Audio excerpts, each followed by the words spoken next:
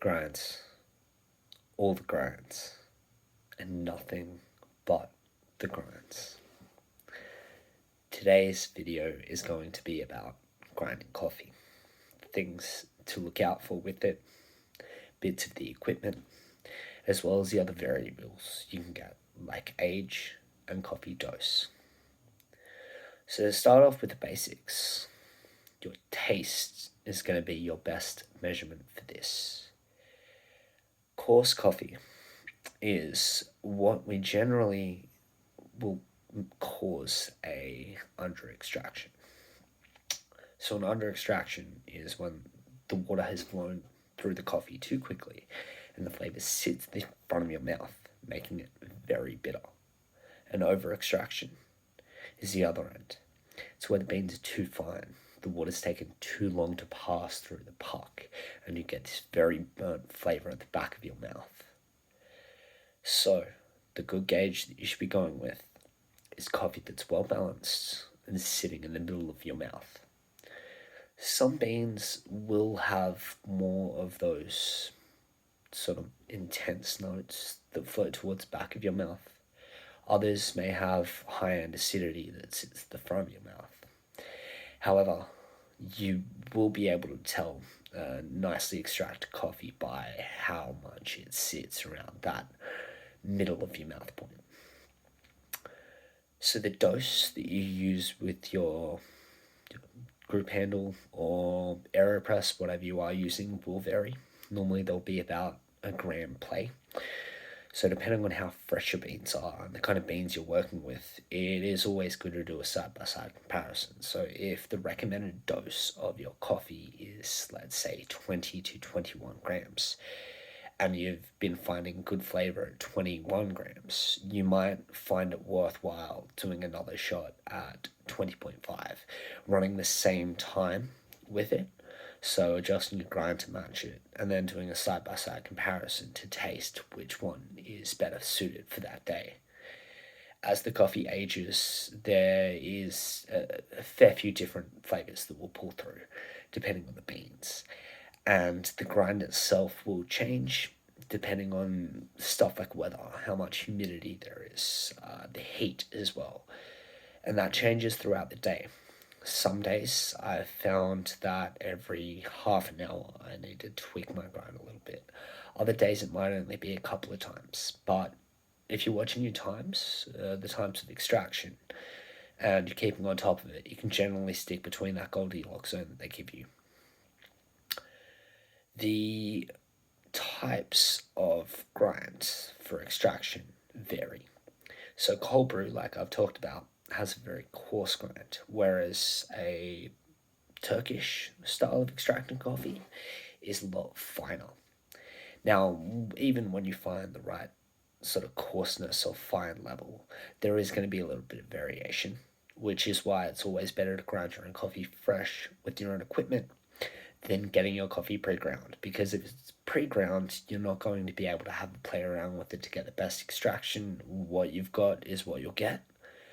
Whereas if you're grinding your beans fresh, not only are the beans themselves going to have a lot more of those gases sitting in there, but you're gonna be able to work with it on the fly, have a taste, and know that your AeroPress should be a little bit finer or whatnot. The types of bursts I've gone over in a previous video, but I just thought I'd touch on it now. So a conical burr is a little plate with the plate around the outside, and the plate grinder are two plates that sit together.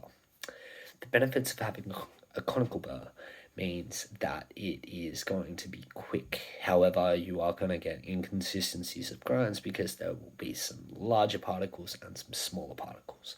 A plate grinder is going to give you more consistency of those grinds. However, it's not going to grind as quickly. This is why most of the commercial equipment you see has conical bursts and very rarely has plates. I have worked in some plate grinders before. The larger the plates, the better they are. However, plate grinders can, and conical burrs for that matter, produce heat if they are metal. The heat itself, if it's too much, can really affect your coffee. It can burn your coffee before it's even been extracted. Some of these grinders will have fans built into them to combat that and keep it cool. But it's always good to try and give your equipment the kind of breaks it needs.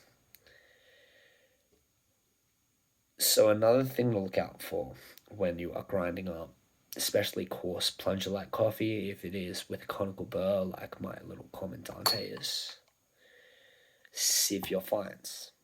Take your fines out, put them into a kitchen sieve and tap. This will allow the larger particles to sit in the basket and the finer particles to go down out. You can use the fines for something else if you want. They're always good to put in your garden.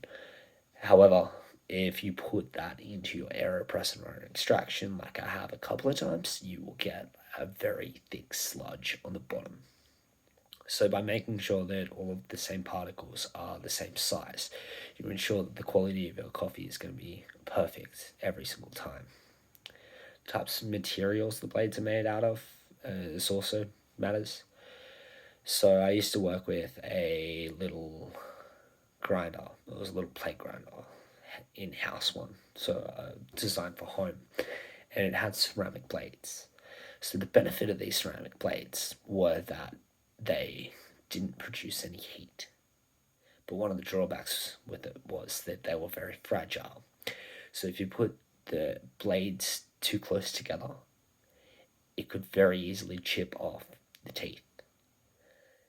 This is something to watch out for. If you have something very big like a rock or something that goes into your grinder, or even a green beans are the worst for it. They can absolutely destroy the teeth of your grinder, and you need those to be perfect. They're engineered to make sure that all of the teeth are the exact same size to give you that consistency. So if you chip off one of those teeth, you won't get a very consistent grind every time, and you'll need to get new plates, which can be very expensive.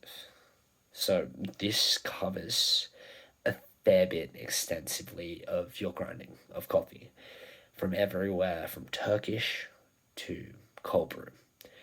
There's stuff to look out for and some other little variables to look to go with the sort of coffee, like the dose or the the type of equipment, the weighing as well. So yeah, thank you for tuning in. If you like what you hear, please like and subscribe, and tune in tomorrow for some more killer coffee tips.